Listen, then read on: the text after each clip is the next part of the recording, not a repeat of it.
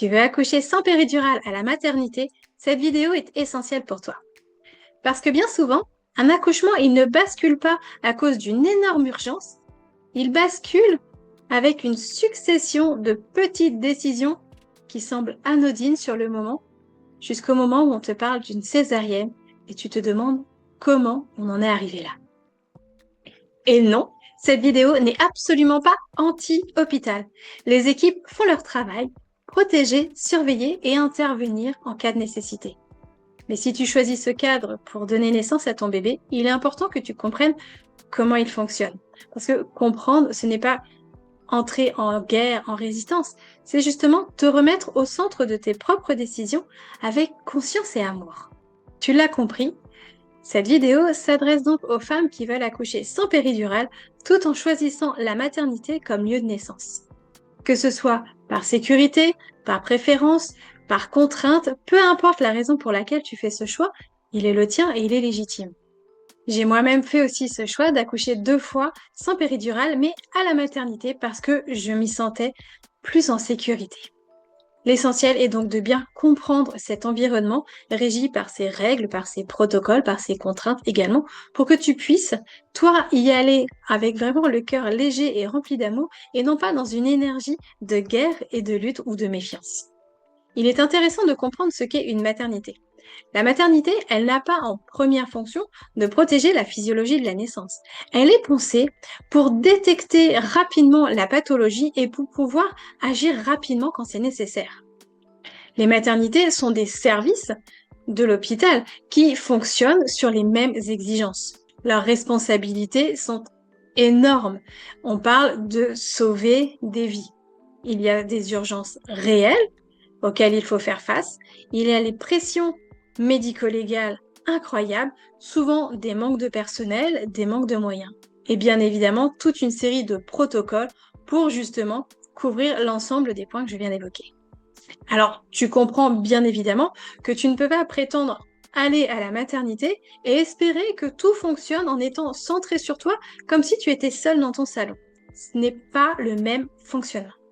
Et maintenant, quelle est cette idée de cascade d'intervention, d'effet de toboggan, d'effet papillon dont tu as peut-être déjà entendu parler?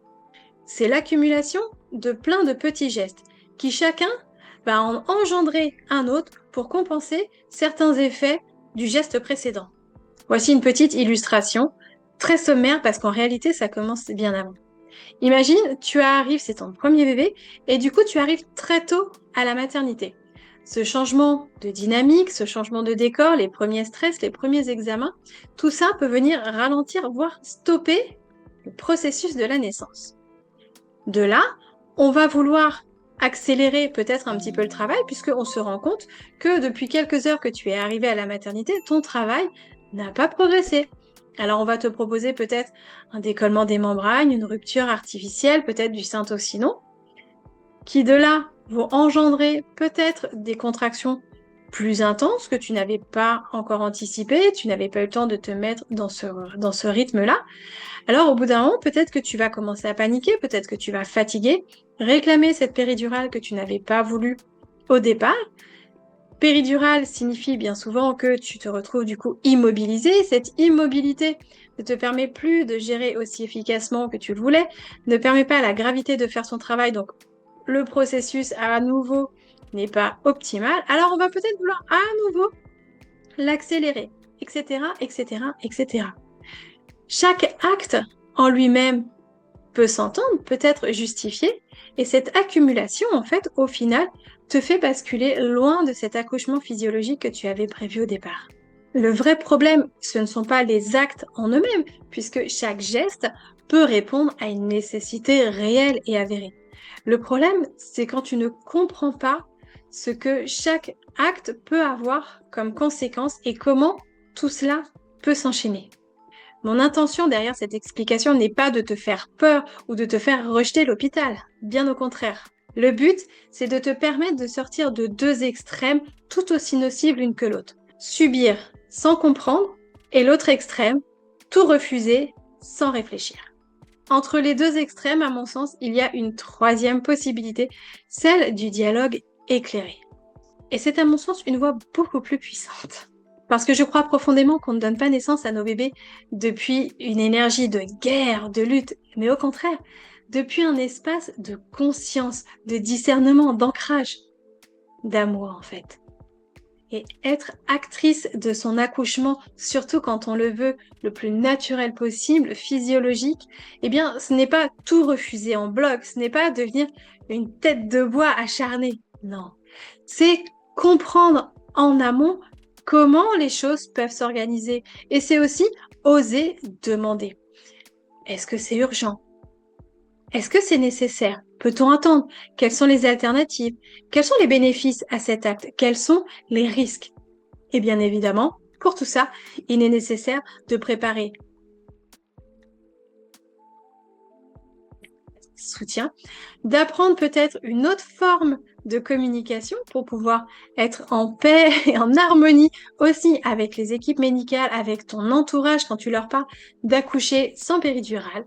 Et puis c'est aussi évidemment bien préparer ce projet de naissance qui n'est pas une liste d'ordres, d'injonctions pour l'équipe médicale, mais bien le fruit d'un travail intérieur, de cette introspection qui fait que tes choix sont posés et éclairés. Alors pour finir cette courte vidéo, connaître la cascade d'intervention, ce n'est pas apprendre à avoir peur ou apprendre à lutter. C'est plutôt apprendre à danser avec le réel. Apprendre aussi les règles du jeu et faire des choix conscients. Parce qu'un accouchement naturel, en fait, il ne naît pas d'un fantasme, d'une sorte de mode actuel. Non, il naît d'une femme vraiment préparée et extrêmement vivante.